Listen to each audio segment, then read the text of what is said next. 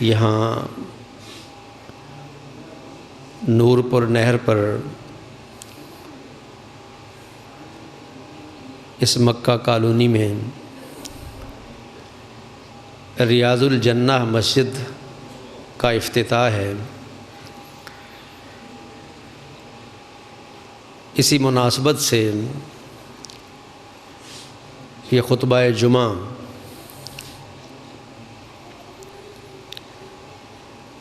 رکھا گیا ہے۔ ایک ایسے وقت میں کہ جب وطن عزیز کے پہاڑوں پر برف کی چادر چھائی ہوئی ہے اور میدانوں میں دھند کے ڈھیرے ہیں،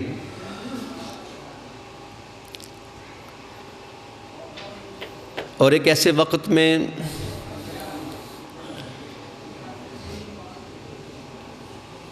کہ دسمبر کے ان دنوں میں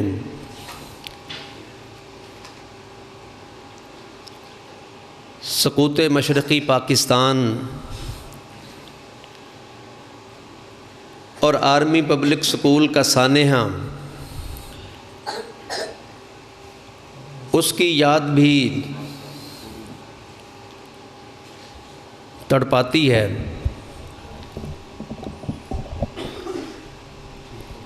اور اسی طرح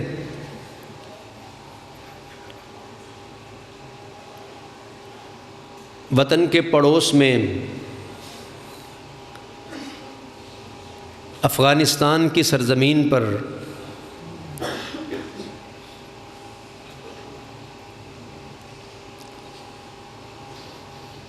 امریکی انخلاء کے بعد، نیٹو کے انخلاء کے بعد تقریباً وہ فنڈز، وہ پیسہ، وہ امداد جو افغانستان کا حق تھی، 3 مہینے سے اسے روک دیا گیا۔ وہاں سردی اور ٹھنڈ کے ساتھ ساتھ اس وقت بھوک کا راج ہے، جہاں ایک طرف افغان عوام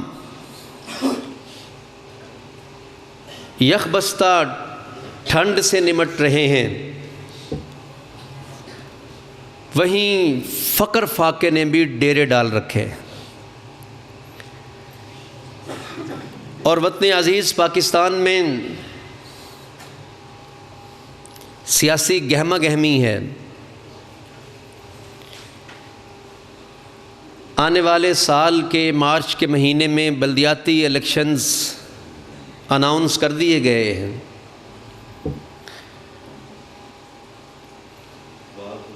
اور یہاں ابھی جب جمعہ کے لیے ہم پہنچے تو ایک اور خبر بھی سننے کو ملی کہ ہمارے یہاں کے جماعت کے سربراہ اور ذمہ دار محترم سید ڈاکٹر بابر شاہ صاحب کے بڑے بھائی کے ایک جوان سال نوعمر 22 سالہ زندگی کے حامل بیٹے فوت ہو گئے، اللہ کو پیارے ہو گئے۔ اللہ رب العزت ان کی مغفرت فرمائے اور جملہ لواحقین کو صبر جمیل عطا فرمائے۔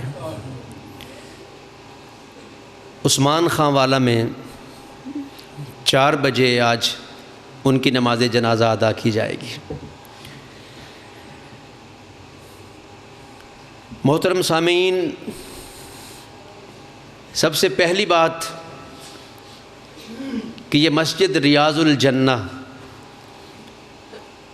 جن احباب نے اسے تعمیر کیا، اس کے لیے جگہ دی، اس کے لیے وسائل اکٹھے کیے، اللہ تبارک و تعالی سے دعا ہے کہ اللہ رب العزت ان کے محلات کو اپنی جنت میں تعمیر فرمائے، کہ جس نے اللہ کے لیے مسجد بنائی، اللہ نے اس کے لیے اپنی جنت میں گھر بنایا۔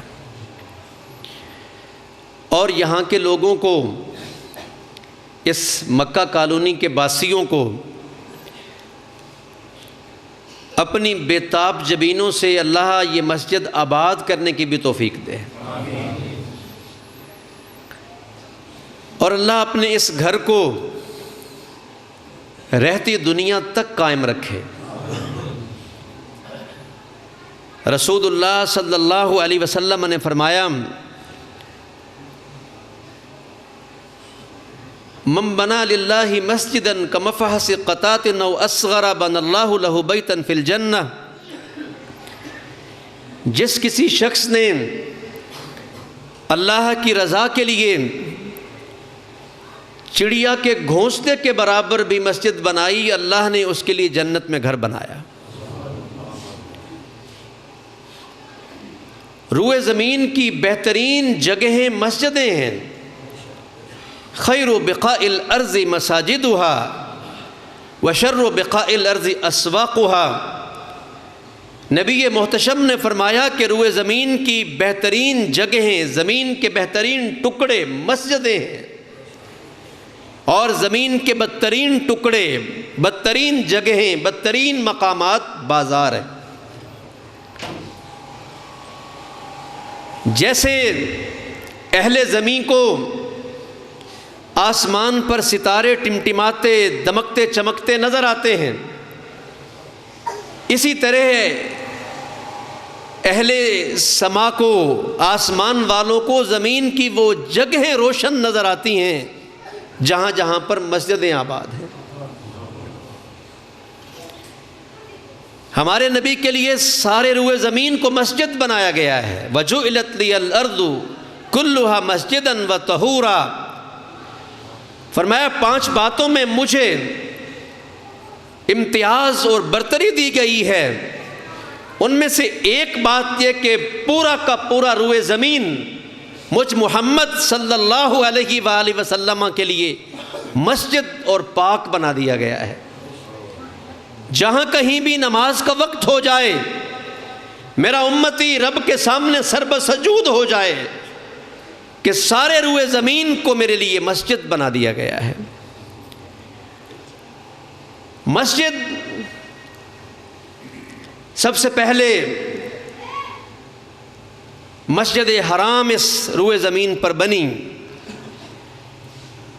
ان اول بیت وضع للناس للذی ببکۃ مبارکہ، وہ پہلا گھر جسے لوگوں کے لیے بنایا گیا وہ جو مکہ میں ہے، بڑی ہی برکتوں والا ہے۔ ملائکہ نے، فرشتوں نے اللہ رب العزت کا وہ گھر بنایا۔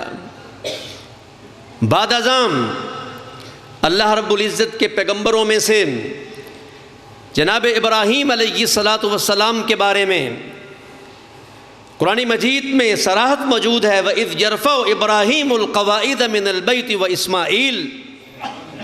اس وقت کو یاد کیجئے جب ابراہیم اپنے لخت جگر اسماعیل علیہ السلام سے مل کے بیت اللہ کو بنیادوں سے اٹھا رہے تھے۔ اس کا مطلب پہلے وہ گھر تھا، اس کی بنیادیں تھیں، موسمی تبدیلیوں اور تغیرات اور آنے والے سیلابوں کی وجہ سے وہ ڈھہ گئی تھیں۔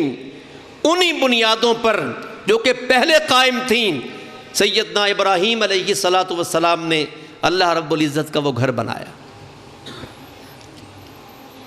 کائنات کے امام سے پوچھا گیا روئے زمین پر سب سے پہلی مسجد کون سی ہے؟ فرمایا مسجد حرام۔ پھر پوچھا گیا پھر کون سی مسجد روئے زمین پر بنی؟ فرمایا مسجد اقصی، وہ جو بیت المقدس میں ہے۔ تو صحابہ کرام رضوان اللہ تعالی علیہ مجمعین نے پوچھا کہ ان 2 مسجدوں کے درمیان کتنا دورانیہ ہے، کتنا وقفہ ہے بننے اور تعمیر ہونے میں؟ فرمایا 40 برس کا۔ بیت اللہ کی تعمیر کے بعد 40 برس بیتے کہ مسجد اقصی تعمیر کر دی گئی۔ سبحان الذی اسری بعبدہ لیلا من المسجد الحرام الی المسجد الاقصی الذی بارکنا حولہ۔ ہمارے پیارے مصطفیٰ علیہ السلام جب سفر معراج پہ گئے تو حتیم بیت اللہ سے یا ام ہانی کے گھر سے آپ کے اس سفر کا، جسے اسراء کہا جاتا ہے، آغاز ہوا، جو کہ مسجد اقصی بیت المقدس میں ہے، وہاں تک کے سفر کو اسراء کہتے ہیں، اور وہاں سے آسمانوں اور سدرۃ المنتہا تک کے سفر کو معراج کہا جاتا ہے۔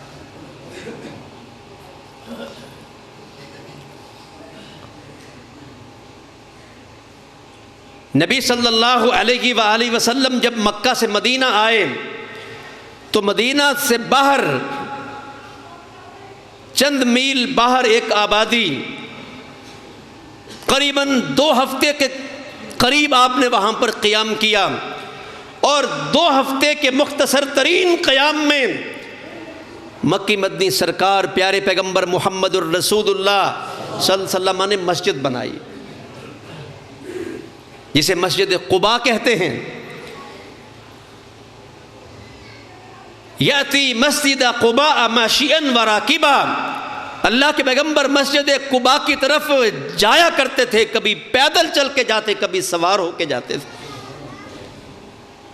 اور وہاں رکعتیں پڑھنے کا ثواب ایک عمرے کے ثواب کے برابر ہے۔ یہ پیارے پیغمبر محمد الرسول اللہ کا فرمان ہے۔ 2 ہفتے کا قیام مسجد تعمیر کر دی ہمارے نبی نے۔ جب آپ مدینہ میں پھر آئے، ہر شخص کی خواہش تھی کہ نبی پاک ان کے مہمان بنیں، ہر شخص استقبال کے لیے آگے بڑھ رہا ہے، اونٹنے کی مہاریں اور لگامیں پکڑنے کی کوشش کر رہا ہے، ہر شخص یہ چاہ رہا ہے، کہہ رہا ہے ہمارے ہاں آئیے، ادھر تشریف لائیے۔ آپ نے فرمایا اونٹنے کی مہاروں کو چھوڑ دو، فَإِنَّهَا مَأْمُورَةٌ، یہ اللہ تبارک و تعالیٰ کی طرف سے حکم دے دی گئی ہے اور پابند ہے، جہاں اللہ کو منظور ہوگا یہ وہاں جا کے بیٹھے گی۔ 2 یتیم بچوں کی زمین تھی، نبی صلی اللہ علیہ وسلم کے صحابہ نے اس کی رقم کو ادا کیا، سہل اور سہیل کی اس زمین پر نبی صلی اللہ علیہ وسلم نے مسجد تعمیر کی۔ آپ عملاً اس مسجد کی تعمیر میں شریک ہوئے، پتھر اٹھانے میں، پتھر ٹکانے میں، پتھروں کو ترتیب دینے میں سب صحابہ کرام شریک ہیں۔ خود نبی پاک اس عمل میں شریک ہیں کہ رسول اللہ صلی اللہ علیہ وسلم نے جو مسجد بنائی اس کو مسجد نبوی کے نام سے یاد کیا جاتا ہے۔ وہاں پڑھی جانے والی نماز ایک روایت کے مطابق 1000 نمازوں کے برابر ہے، اور ایک روایت کے مطابق 50,000 نمازوں کے برابر ہے، اور بیت اللہ مسجد حرام میں پڑھی جانے والی ایک نماز 1,00,000 نمازوں کا درجہ اور ثواب رکھتی۔ مسجدیں سجدہ گاہیں، یہاں انسان اپنی امنگیں، اپنی امیدیں، اپنی حسرتیں، اپنی التجائیں، اپنی مناجات، اپنی گریہ زاری اللہ کے حضور پیش کرتے ہیں۔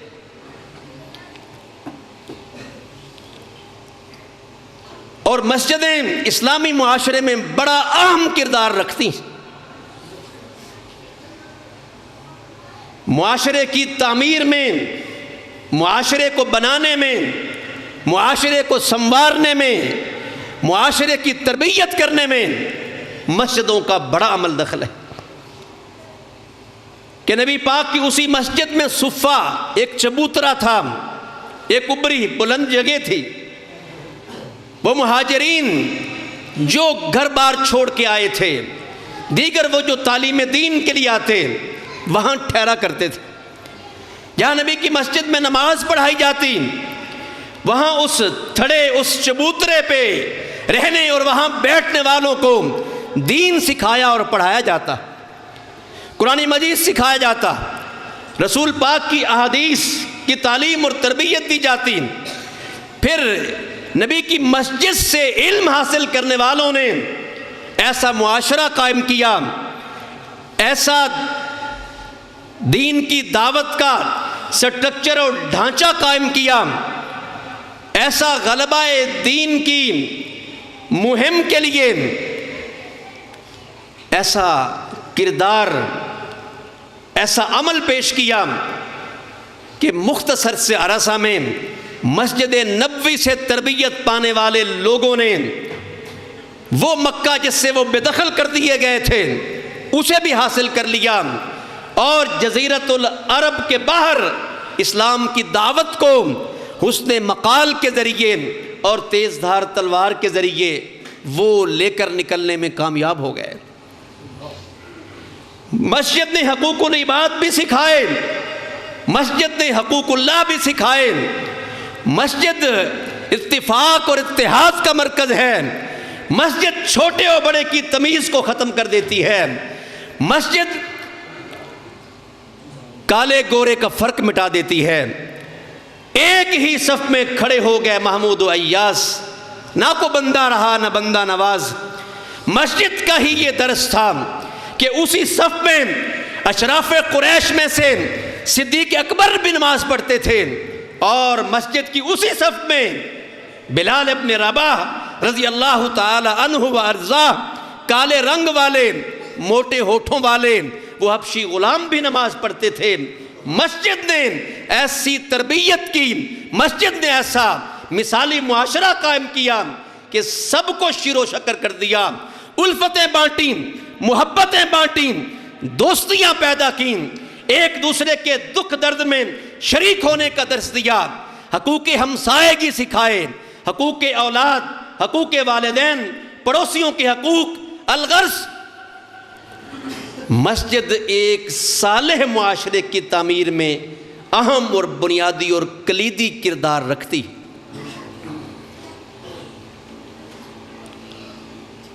نبی علیہ السلام کا فرمان ہے کہ قیامت کے قریب ایک وقت ایسا آئے گا، مسجدیں بظاہر تو آباد ہوں گی مگر ہدایت سے خالی ہوں گی، مسجدیں فتنوں کی آماجگاہ بن جائیں گی۔ اسلام کے شروع میں بھی اسلام پر اجنبی دن تھے، اور بعد میں پھر یہ اپنے ماننے والوں کے ہاں اجنبی ہو جائے گا۔ آج جہاں مسجدیں بنا رہے ہیں، مسجدیں بسا رہے ہیں، وہاں مسجدوں کا جو معاشرے میں رول ہے، مسجدوں کا معاشرے میں جو کردار ہے، اس پر بھی ہمیں نظر رکھنی چاہیے، اور اپنی مسجدوں کے نقشوں کو، اپنی مسجدوں کے ڈیزائن کو، اپنی مسجدوں کے شیڈول کو، اپنی مسجدوں کے جدول کو، اپنی مسجدوں کے اندر تربیت کے ڈھانچے کو رسول اللہ صلی اللہ علیہ وآلہ وسلم کی مسجد کے نقشے پہ رکھنا چاہیے۔ وہی ماحول، وہی انداز، وہی تربیت، وہی دعوت، وہی اسلوب، وہی انداز جو مسجد نبوی کا تھا، وہاں تربیت دینے والوں کا تھا، تربیت لینے والوں کا تھا۔ اللہ سے ہم دعا کریں، یا اللہ ہماری مسجدوں کو وہ نقشہ پلٹا دے، ہماری مسجدوں کو وہ شکل دے دے کہ ہماری مسجدیں آج کریکٹر بلڈنگ میں، کردار سازی میں، لوگوں کو قریب لانے میں، محبتیں پیدا کرنے میں، فرقہ واریت کے کلا کما میں، انتشار اور افتراق سے بچانے میں، اور سب کو باہم شیر و شکر کرنے میں کردار ادا کریں۔ یا اللہ ہماری مسجدوں کو وہ حقیقی شکل دے دے جو تیرے رسول کے مسجد کی شکل تھی، جو تیرے نبی کی مسجد کا نقشہ تھا۔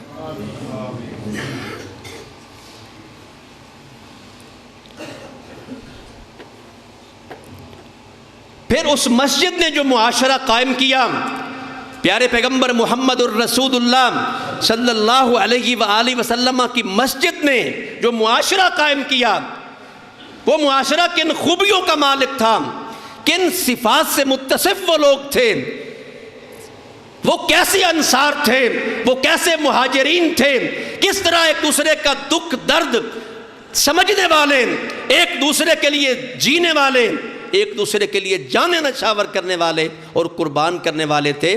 یہ سب کی سب تربیتیں مسجدوں سے ملتی تھی۔ بدقسمتی ہے کہ آج مسجد سے خودکش حملے کا درس ملتا ہے۔ بدقسمتی ہے کہ آج مسجد سے فرقہ واریت کا سبق ملتا ہے۔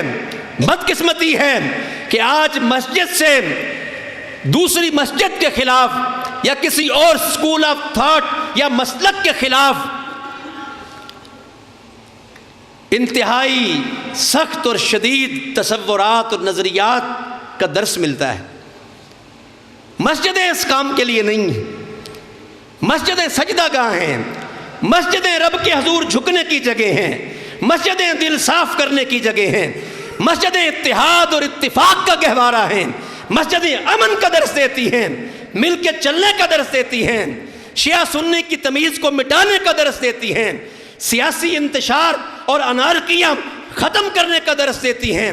مسجدیں فرقہ واریت کو اور مسلکوں کو اور اپنی اپنی ذاتی پہچانوں کو، پرچموں کو، جھنڈوں کو پیچھے رکھ کے لا الہ الا اللہ محمد الرسول اللہ، اللہ کی توحید پہ اکٹھے ہو جاؤ، نبی کی رسالت پہ اکٹھے ہو جاؤ، اللہ کی کتاب کے ساتھ جڑ جاؤ۔ مسجدوں کا یہ درس، مسجدوں کا یہ پیغام ہے اور ہونا چاہیے۔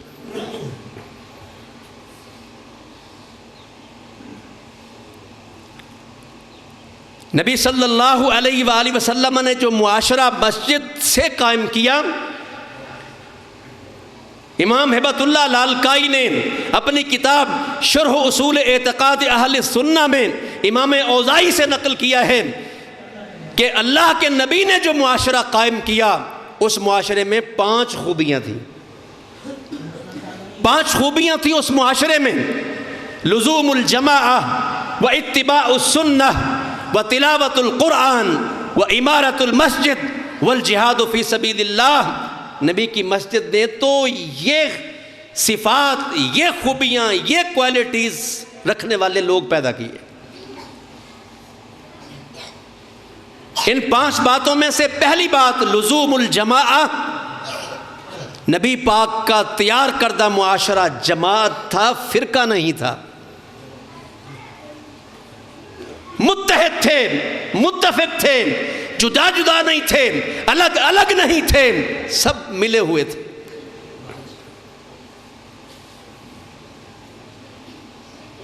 ہمارے نبی کا ایک معجزہ ہے معجزات میں سے کہ جب آپ نماز پڑھاتے اور محدثین نے اور اہل علم نے نبی کے اس معجزے کو صف کی درستگی اور نماز کے ابواب میں ذکر کیا ہے۔ جیسے سامنے سے نبی پاک دیکھ سکتے تھے، ایسے پیچھے سے بھی دیکھ سکتے تھے۔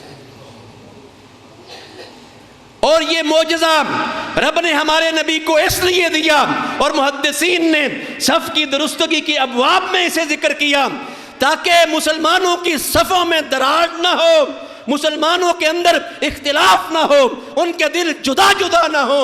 فرمایا من فصل صفا وصلہ اللہ، جو نماز میں صف کو جوڑتا ہے اللہ اس کو جوڑتا ہے، جو صف کو توڑتا ہے اللہ اس کو توڑتا ہے۔ فرمایا تم نماز میں اس طرح صفیں کیوں نہیں بناتے جس طرح ملائکہ اللہ کے ہاں صفیں بناتے ہیں؟ صحابہ کرام نے پوچھا کیسے وہ صفیں بناتے؟ فرمایا وہ پہلی صفوں کو مکمل کرتے ہیں، پھر وہ سب صفوں میں خوب مل کر چونا گچ دیوار کی طرح مل کر کھڑے ہو جاتے ہیں۔ لزوم الجماعہ، مسجد میں نماز پنجگانہ جماعت کا درس دیتی ہے۔ جمعہ کا اجتماع 5 نمازوں سے بڑا اجتماع ہے، اتحاد کا درس دیتا ہے۔ عید کا اجتماع نماز پنجگانہ اور جمعہ کے اجتماع سے بڑا ہے۔ سب کے سب ملیں، تقبل اللہ منا و منکم، بغل غیر ہوتے ہیں، معانقے کرتے ہیں، اللہ تیرے بھی روزے قبول کرے، اللہ میری بھی نمازیں اور تراویحیں قبول کرے، اللہ تیری قربانی قبول کرے، میری قربانی قبول کرے۔ اور حج کا اجتماع سب سے بڑا اجتماع ہے۔ اسلام کی جو عبادات ہیں، اسلام کے جو ارکان ہیں، ان پہ بھی اگر ہم غور کریں تو یہ سب کے سب امت کو اتحاد اور اتفاق کا درس دیتے ہیں۔ لبیک اللہم لبیک لبیک لا شریک لک لبیک ان الحمد والنعمت لک والملک لا شریک لک۔ کوئی کالا ہو چاہے کوئی گورا ہو، کوئی شاہ ہو کوئی گدا ہو، کوئی چھوٹا ہو کوئی بڑا ہو، ایک جیسا پروٹوکول ہے، ایک جیسی یونیفارم ہے، ایک جیسا تلبیہ ہے، ایک جیسا نعرہ ہے، سب لبیک لبیک کی صدائیں بلند کر رہے ہیں۔ تو نماز حج، یہ سب کے سب سلسلے لزوم الجماعہ، جماعت کو لازم پکڑنے کا، اکٹھے ہونے کا، متحد ہونے کا درس دیتے ہیں۔ یا اللہ ہم سب کو متحد اور متفق ہونے کی توفیق عطا فرما، اکٹھا ہونے کی توفیق عطا فرما۔ فرمایا علیکم بالجماعہ، تم پر اکٹھے رہنا، جماعت میں رہنا لازم ہے۔ وَإِيَّاكُمْ بَالْفُرْقَةِ، اپنے آپ کو فرقہ واریت سے بچاؤ۔ ان الشیطان مع الواحد، فرمایا شیطان تنہا شخص کو شکار کرتا ہے، وَهُوَ مِنَ اثْنَيْنِ أَبْعَدَ، دو سے وہ دور بھاگتا ہے۔ ایک ایک اور دو 11، اتحاد میں برکت ہے، اتفاق میں قوت ہے، اور جدا جدا ہونا۔ فرمایا الجماعت رحمت، مل کر رہنا رحمت کا باعث ہے، والفرقۃ عذاب، جدا جدا ہونا، فرقے میں رہنا عذاب ہے۔ مسجد سے جو معاشرہ تیار ہوا وہ جماعت والا معاشرہ تھا، لزوم الجماعہ، وہ سب لوگ جماعت تھے، فرقہ نہیں تھے۔ وَاتِّبَاعُ السُّنَّةِ، نبی کی تیار کردہ جماعت کی دوسری خوبی تھی وَاتِّبَاعُ السُّنَّةِ، وہ سنت کی پیروی کرتے تھے۔ جہاں انہیں علم ہو جاتا، پیارے مکی مدنی کی ادا یہ ہے، سرور الثقلین کا بیان یہ ہے، سید الکونین کی سنت یہ ہے، نبی نے مکہ میں یہ کیا، مدینہ میں یہ کیا، سفر میں آپ کی سنت یہ تھی، حضر میں آپ کا طریقہ یہ تھا، نبی کی خوشی اس طرح کی تھی، نبی کی غمی اس طرح کی تھی۔ جب علم ہو جائے نبی کی سنت کے بارے میں، کسی بھی مسئلے کے متعلق کہ نبی کا طریقہ یہ ہے، پھر جو تیار کیا نبی پاک نے معاشرہ، وہ نبی کے طریقے پہ چلتا تھا، نبی کی سنت پہ چلتا تھا، نبی کی اداؤں کو اختیار کرتا تھا۔ اپنے پاؤں کے ناخن سے لے کے اپنے سر کے بال کی چوٹی تک مسجد کا یہ درس ہے، اور نبی کی مسجد نے جو لوگ تیار کیے وہ نبی کے طریقوں پہ چلتے تھے، نبی کی سنت پہ چلتے تھے۔ فرمایا کل امتی یدخلون الجنہ، میری ساری امت جنت میں جائے گی سوائے اس کے جس نے خود ہی جنت میں جانے سے انکار کیا۔ کہا گیا جنت میں جانے سے بھلا کون انکار کرتا ہے؟ فرمایا جس نے میری بات مانی وہ جنت میں گیا، اور جس نے مجھ محمد علیہ السلام کی نافرمانی کی وہ جہنم میں گیا۔ اس نے خود ہی جنت میں جانے سے انکار کر دیا۔ لہذا نبی پاک کا تیار کردہ معاشرہ، مسجد کا تیار کردہ معاشرہ، پہلی خوبی یہ تھی کہ وہ متحد تھے، جماعت تھے۔ دوسری خوبی تھی کہ وہ سنت کے پیروکار تھے۔ وضاقت، تہذیب، ثقافت، سیاست، سماج، ایک ایک معاملے میں ہم دیکھیں ہمارے نبی کا طریقہ کیا ہے، ہمارے نبی کی سنت کیا ہے، ہمارے نبی کی حدیث کیا ہے۔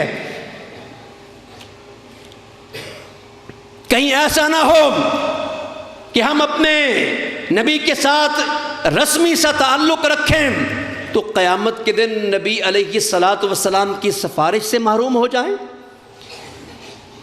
قبر میں سوال ہوتا ہے ماذا تقول فی ھذا الرجل، میت سے پوچھا جاتا ہے تم اس آدمی کے بارے میں کیا کہتے تھے جنہیں تمہاری طرف نبی بنا کے بھیجا گیا۔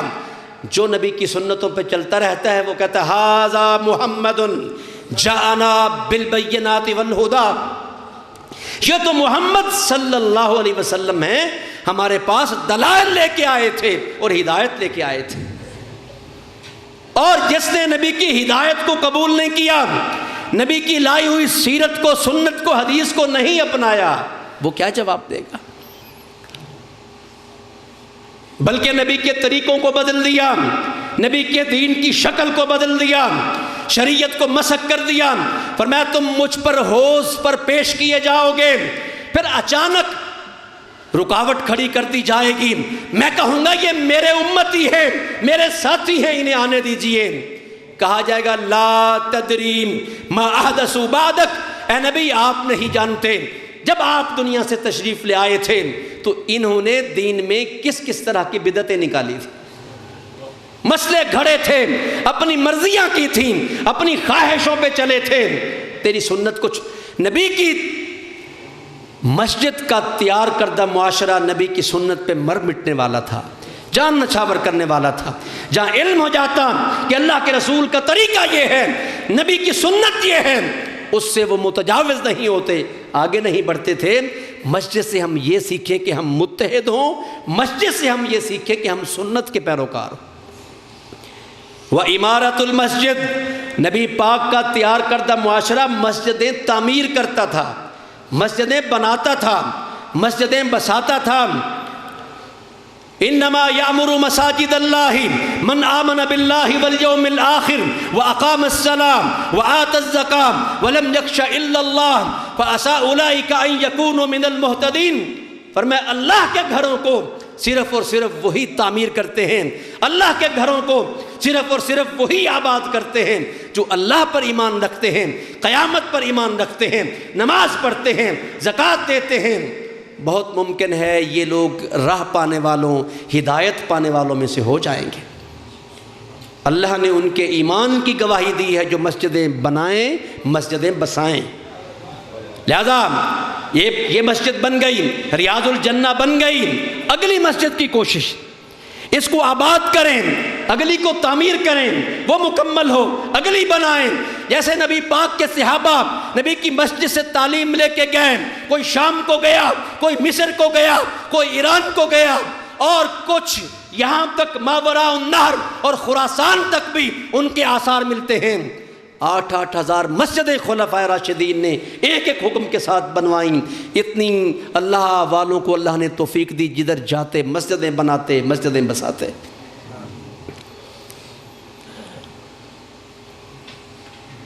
وتلاوت القرآن، نبی علیہ السلام کا تیار کردہ معاشرہ، ان کی چوتھی خوبی یہ تھی کہ وہ قرآن پڑھتے تھے۔ بہت اچھا فیصلہ ہے، سنگل کریکلم میں، یکساں نصاب تعلیم میں موجودہ حکومت نے نوٹیفیکیشن کیا، اسکول میں ناظرہ تعلیم کا اور ہائر کلاسز میں ترجمے کے ساتھ اور کالجز میں ترجمے کے ساتھ BA BS کی ڈگری نہیں ملے گی جب تک قرآن کا ترجمہ نہیں پڑھ لے گا۔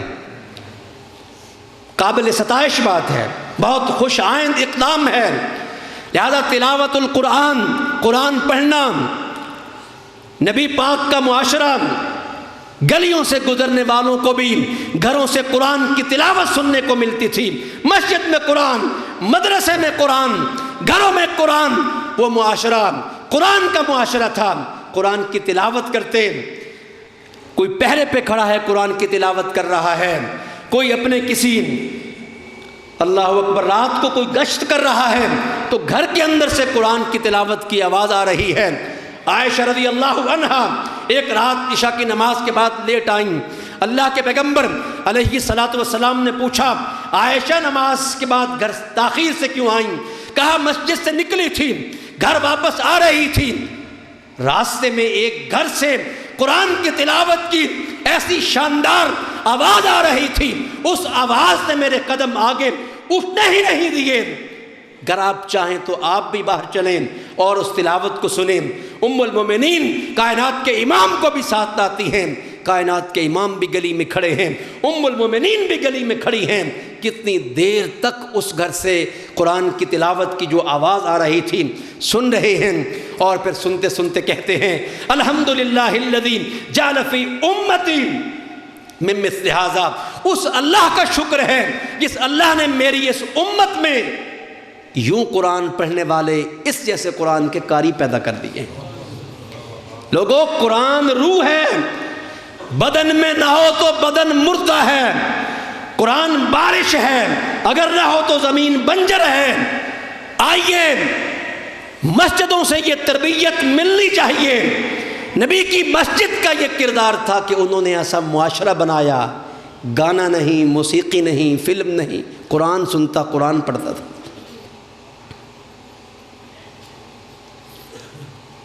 لمبا لمبا قیام ہے، آج سردی کی راتیں ہیں، صحابہ کرام سرما کے اس موسم کو خوش آمدید کہتے، سلف صالحین سردی کے موسم کو خوش آمدید کہتے۔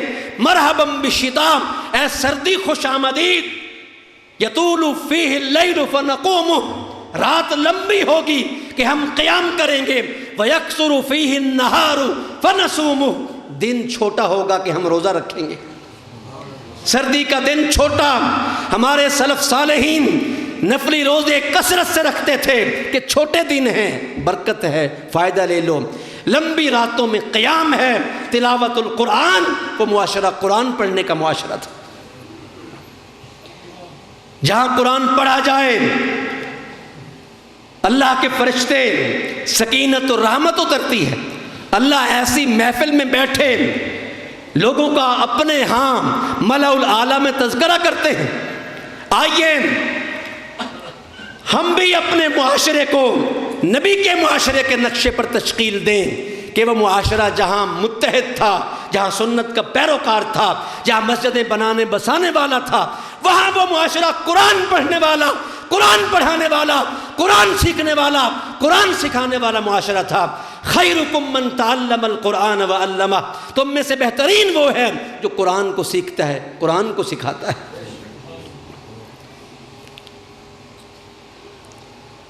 جو اپنے بچوں کو قرآن مجید کی تعلیم دیتے ہیں، فرمایا قیامت کا دن ہوگا حافظ قرآن کے والدین کو اللہ تبارک و تعالی دو ایسی پوشاکیں، دو ایسے کپڑے، دو ایسے لباس زیبتن کروائے گا، لا تقوما بہم الدنیا، پوری دنیا ان دو پوشاکوں، ان دو کپڑوں کی برابری نہیں کر سکتی ہے جو حافظ قرآن کے والد کو پہنائے جائیں گے۔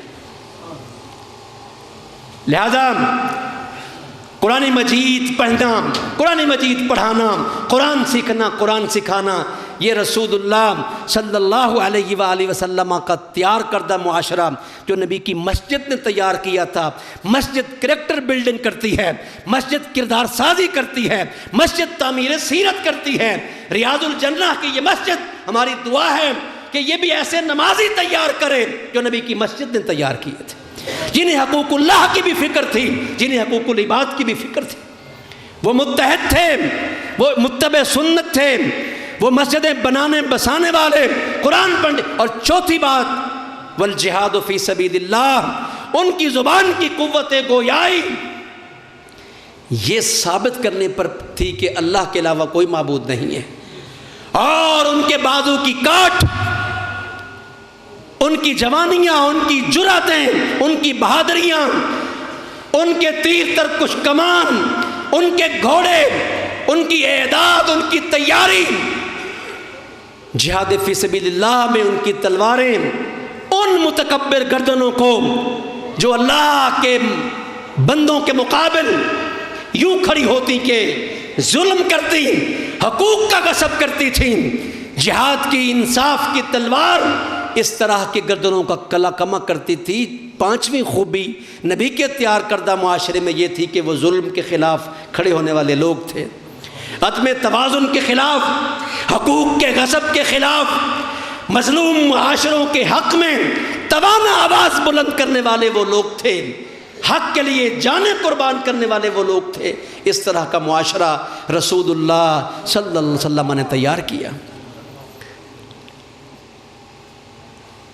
یہ نبی کی مسجد کے نمازی تھے، 5 خوبیوں والے، جماعت فرقہ نہیں، اتباع سنت بدعت نہیں، مسجد بنانا بسانا، قرآن پڑھنا، اللہ کی راہ میں جہاد یعنی دعوت دینا اور تلوار چلانا، یہ نبی کی مسجد سکھاتی تھی۔ مگر ہماری مسجدیں، ہمارے مدرسے، اللہ اکبر کبیرہ، اللہ رب العزت ہدایت عطا فرمائے، اللہ اصلاح فرمائے کہ آج بھانت بھانت کی بولیاں ہیں، اپنے اپنے مفادات ہیں، طرح طرح کے سلسلے ہیں، سیاسی ایجنڈے ہیں، اور مدرسوں کے بچوں کو اور اس طرح اور وابستگیاں رکھنے والوں کو اپنے اپنے مذموم سیاسی مقاصد کے لیے استعمال کرنے اور بھیٹ چڑھانے کے سلسلے ہیں۔ یہ بدقسمتی ہے۔ ہم اصلاح کی دعا کرتے ہیں، ہدایت کی توفیق اللہ سے چاہتے ہیں، اور مسجد کا جو حقیقی مقام ہے ہمارے معاشرے میں آج وہ اجاگر کرنے کی ضرورت ہے۔ اتحاد کا پیغام آپ دیکھیے، جب جب مسجدوں کا جو حقیقی کردار تھا اس کو مسخ کیا گیا اور مسجدیں اور مقاصد کے لیے استعمال کی گئیں تو پھر نتیجے امتوں کے ٹوٹنے، ملکوں کے ٹوٹنے، باہمی جنگ و جدل، فرقہ واریت، انتشار اور افتراق کی شکل میں سامنے آئے۔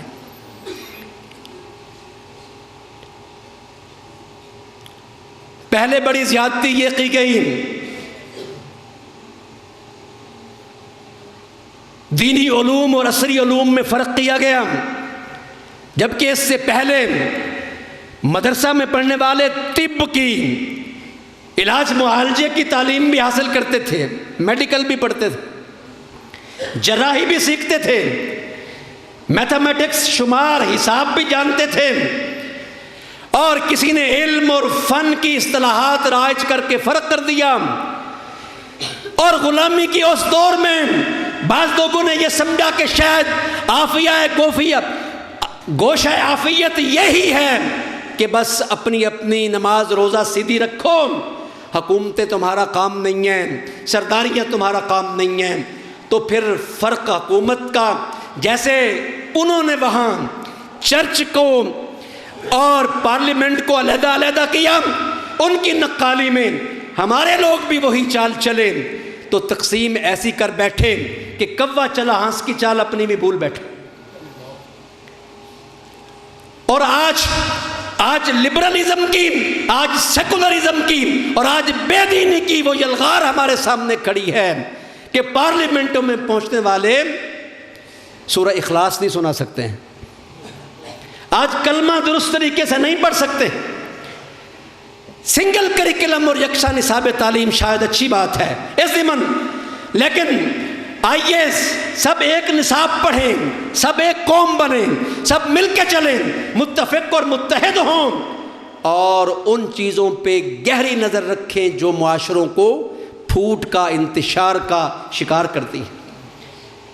قومی بنیادوں پر، لسانی بنیادوں پر، فرقواری بنیادوں پر، مسلکی بنیادوں پر آج شاید ہمارا سب سے بڑا مسئلہ یہ ہے کہ آج انتشار اور افتراق ہمارا سب سے بڑا وائرس ہے جو ہمارے امن کو دیمک کی طرح داخلی طور پہ چاٹ رہا ہے۔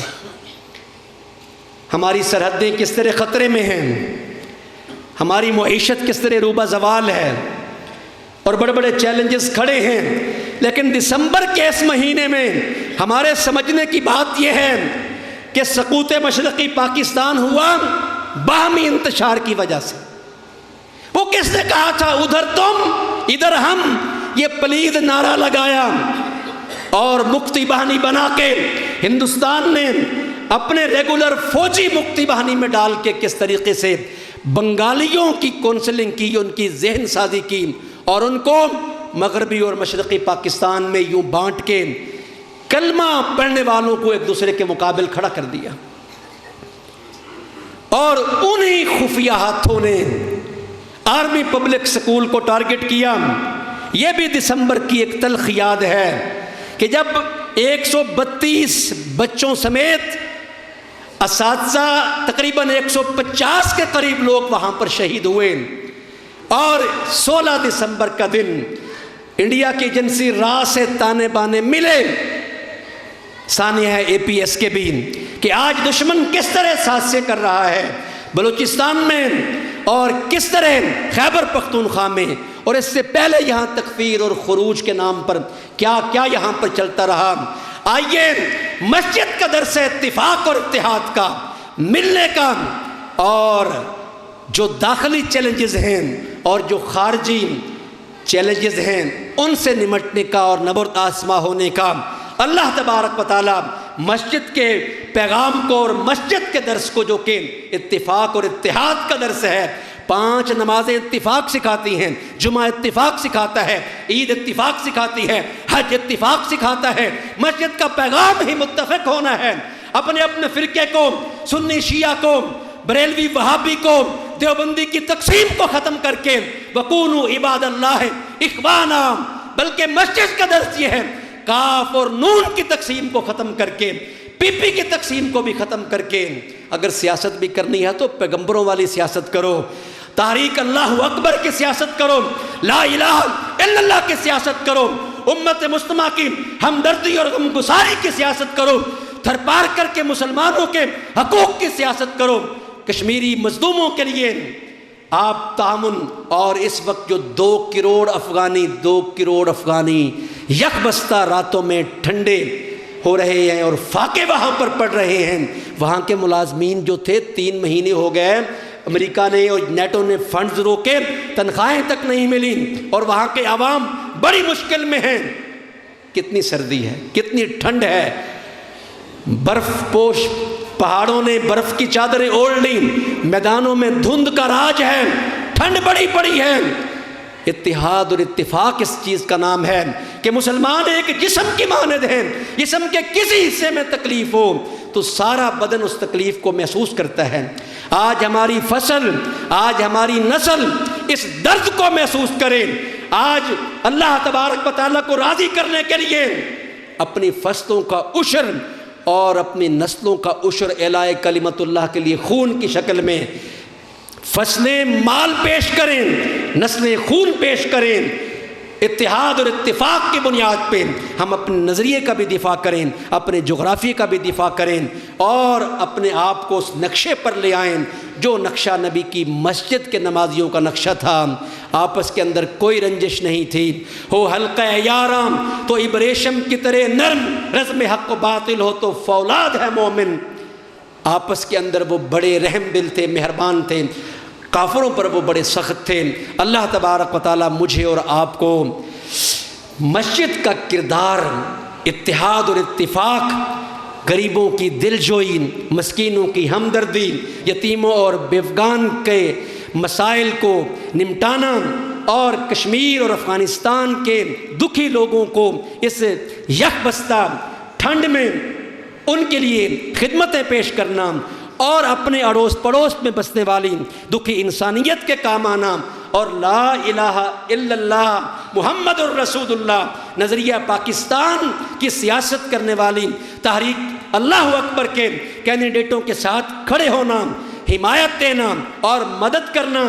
ابھی جو سسٹم تبدیل ہوا بلدیات کے حوالے سے، نئے ڈیزائن پہ ولیج کونسلوں سے لے کے میئر اور لارڈ میئر کے الیکشنوں میں جن کی بھی نامزدگیاں تحریک کریں ان کو اپنی ہمدردیوں کا اور وفاداریوں کا یقین دلانا۔ اللہ تبارک و تعالیٰ مجھے اور آپ کو اپنی ذمہ داریوں کو سمجھنے کی اور مسجد سے جو اتحاد اور اتفاق کا درس ملتا ہے اس پر عمل کرنے کی توفیق بخشے۔ ھذا ما عندی وبالعلم عند اللہ۔